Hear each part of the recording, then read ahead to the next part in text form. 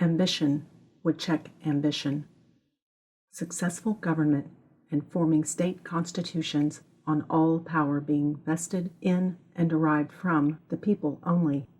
Guest essayist Adam Carrington.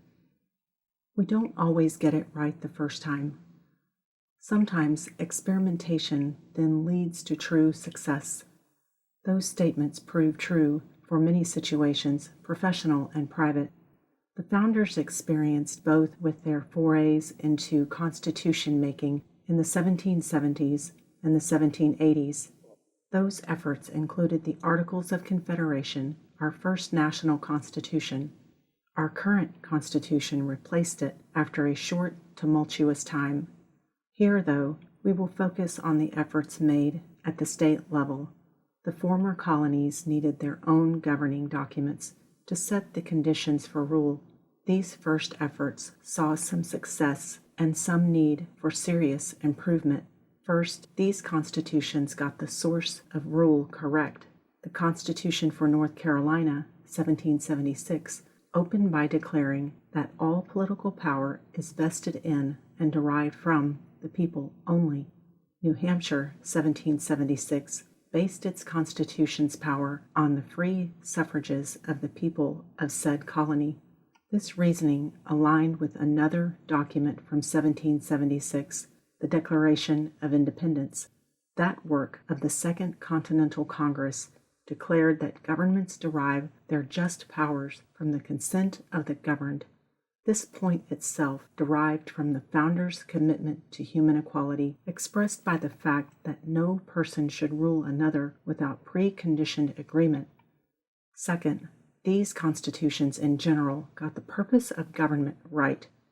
Massachusetts Constitution 1780, penned by John Adams, said the purpose of government resided in the power to furnish the individuals who compose it with the power of enjoying in safety and tranquility their natural rights and the blessings of life. This reasoning, too, aligned with the Declaration of Independence. It declared that all human beings possessed unalienable rights, meaning claims on others that no one else could infringe. It then said that, to secure these rights, governments are instituted among men. Government exists because we have these rights, but cannot adequately enjoy them due to threats from others. Political society forms to offer protection of these rights for their better use by each person. Third, however, these state constitutions tended to struggle to rightly structure their institutions. In particular, they correctly sought a government organized around the concept of separation of powers. We must understand this point before saying how they struggled with it. This theory said that government power is based on the rule of laws. However, law requires three functions to rule properly. First, one must make law. The legislative power. Some may say we could stop there. However, that would leave government inadequate to its task. We know that merely saying what someone should do does not always get obedience. Sometimes people will disobey the law even when they know it. Think of many of us on highways with speed limits. That brings us to the second task of government under the rule of law. A government must enforce those made laws. The executive power. Executive power brings coercive force to bear in service of the laws to make sure people obey them and thus do not infringe on rights.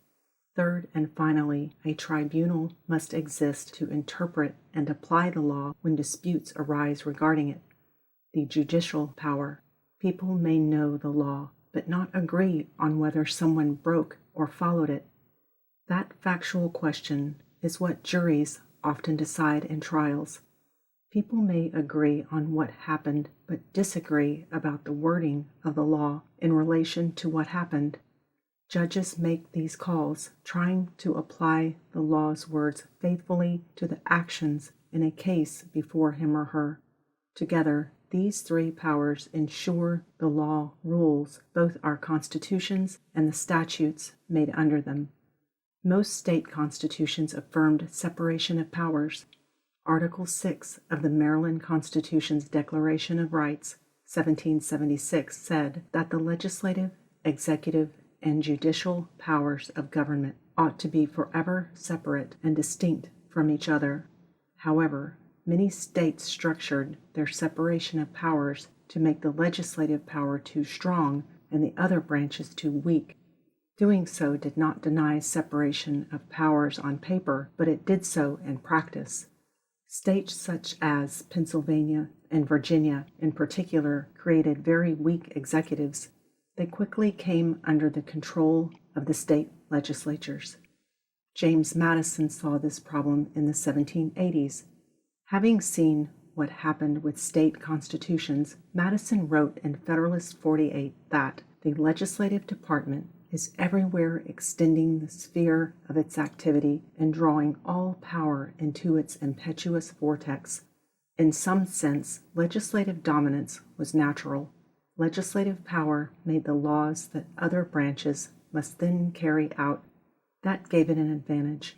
Also, in a popular government, people would see themselves more in the numerous lawmaking legislature than in the much different executive or judicial branches.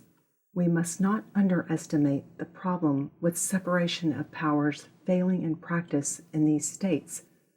The founders knew and said that any combination of legislative, executive, and judicial power together led to tyranny. It did so because it allowed one entity to take over the laws and start using them as it wished. The law then became a tool for human beings to oppress one another, not a guide and restraint to rule over them. Thankfully, not all constitutions fell prey to this problem. New York's 1778 Constitution, for example, gave a strong executive that maintained independence from that state's legislature. It became an example members of the Constitutional Convention looked to for constructing our American president. In other ways, our founders learned from the other states' mistakes in how they constructed the national constitution. They put in a system of checks and balances to work alongside separation of powers. These checks gave each branch ways to limit the powers of the other branch. Ambition would check ambition, as Madison would write in Federalist 51. Sometimes these checks even meant giving a little of one branch's power to another. Thus, the president's veto power is a legislative power to make laws, but it helped protect that office against legislative encroachments. Even the powerful Congress possesses the impeachment power, lest a president or judges usurp their power or the constitutions. Thus, we can be thankful we no longer have the state constitutions of the 1770s and 1780s. They needed improved upon, but we also should thank them for the good they did. They set out the proper origin and purpose of government, a commitment we only reinforce through our subsequent history, and they taught us how to structure our government better. They gave us the experience that showed how to separate governmental powers to support the rule of law and by it human equality and liberty. Adam M. Carrington is an associate professor of politics at Hillsdale College. There, he teaches on matters of constitutional law, American political institutions, and separation of powers. His writing has appeared in such popular forums as the Wall Street Journal, The Hill, National Review, and Washington Examiner. His book on the jurisprudence of Justice Stephen Field was published in 2017 by Lexington. Carrington received his B.A. from Ashland University and his M.A. and Ph.D. from Baylor University. He lives in Hillsdale with his wife and their 2 daughters.